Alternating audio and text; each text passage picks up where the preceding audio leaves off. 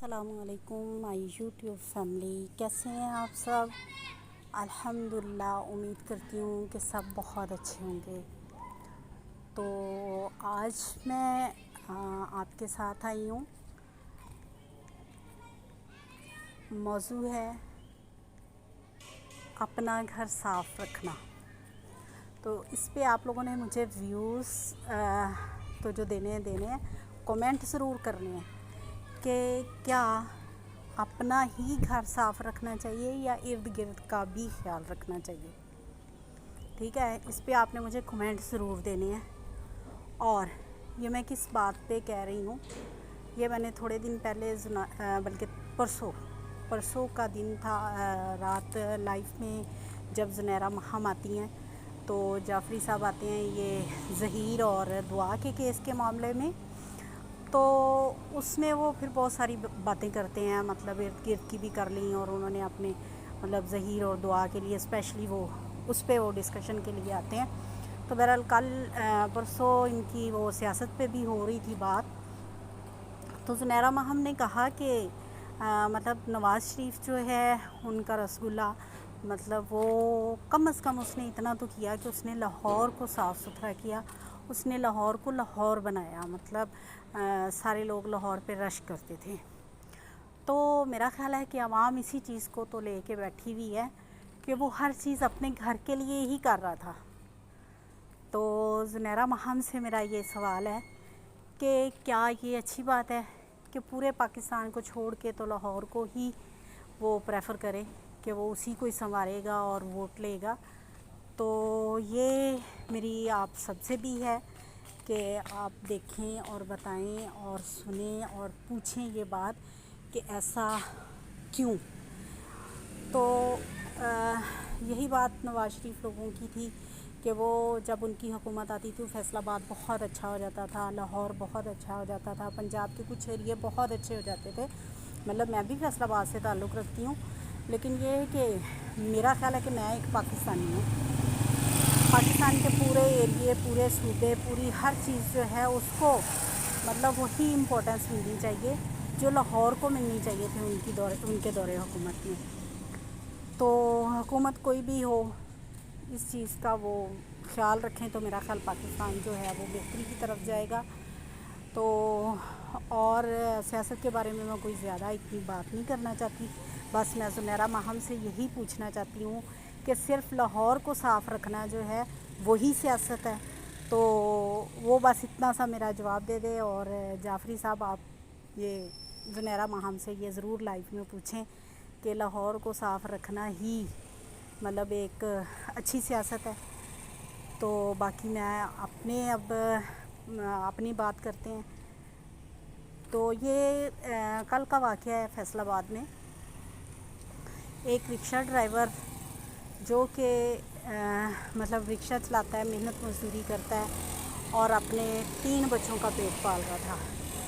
तो उसको कल CNG डलवाने पे मतलब 20 रुपए के उस CNG के 20 रुपए के झगड़े की वजह से उस बंदे को दुकानदार ने जला के मार दिया। और उसका 12 साला बच्चा जो है वो ये सारा केस देख रहा है।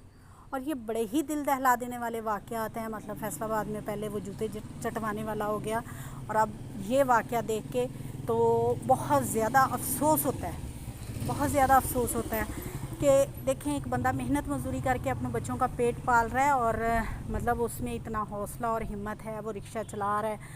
तो जिसने रिक्शा चला के मेहनत मजदूरी करनी है उसने 20 रुपए के लिए तो लड़ना ही है। मतलब 20 रुपए कोई देने आसान बात नहीं है। लेकिन ये कि अगर 20 रुपए का मसला है तो 20 रुपए के बदले जला कर मार देना, और जला कर मारना जो है ये किसी इंसान के लिए मतलब बहुत बहुत बहुत अज़ाब वाली बात है, जो कि अल्लाह ताला ने जला कर मारना अपने हाथ में रखा हुआ है। मतलब अल्लाह ताला ने किसी को भी जला के मारने का पे बहुत मज़म्मत की है। तो इस केस को देखें आप और इस केस की मज़म्मत करें सारे मिल के। और सबसे बड़ी बात जो है उसका 12 साला बेटा उसको जलते हुए देख रहा है اور پوری عوام میں سے کسی کو بھی یہ جرأت نہیں ہے کہ وہ اس بندے کو پانی پلا دے. مطلب وہ پانی مانگ رہا ہے، جلتے ہوئے پانی مانگ رہا ہے، اور اس کو مزید مارا جا رہا ہے اور دوسروں کو روکا جا رہا ہے کہ کوئی قریب نہ آئے. تو وہ 12 سالہ بچہ جو ہے، 11 یا 12 سالہ بچہ، وہ خود اس کو پانی پلا رہا ہے، مطلب اپنے باپ کو پانی پلا رہا ہے. اور اس کے بعد اس نے وہ رکشہ خود چلایا اور اپنے باپ کو لے کر ہاسپٹل گیا ہے جہاں اس کی ڈیتھ ہو گئی.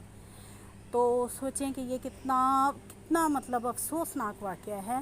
اس طرح کے لوگوں کو تو جس شاپ کے سامنے اس کو جلایا گیا وہیں پکڑ کے سزائے موت دینی چاہیے سب کے سامنے، تاکہ بعد میں کسی کی جرأت نہ ہو کہ وہ اس طرح سے لڑائی جھگڑا 20 روپے یا 20 لاکھ بھی لگا لو تو اس کے عوض جو ہے وہ بندے کو جلا کر مار دیا جائے.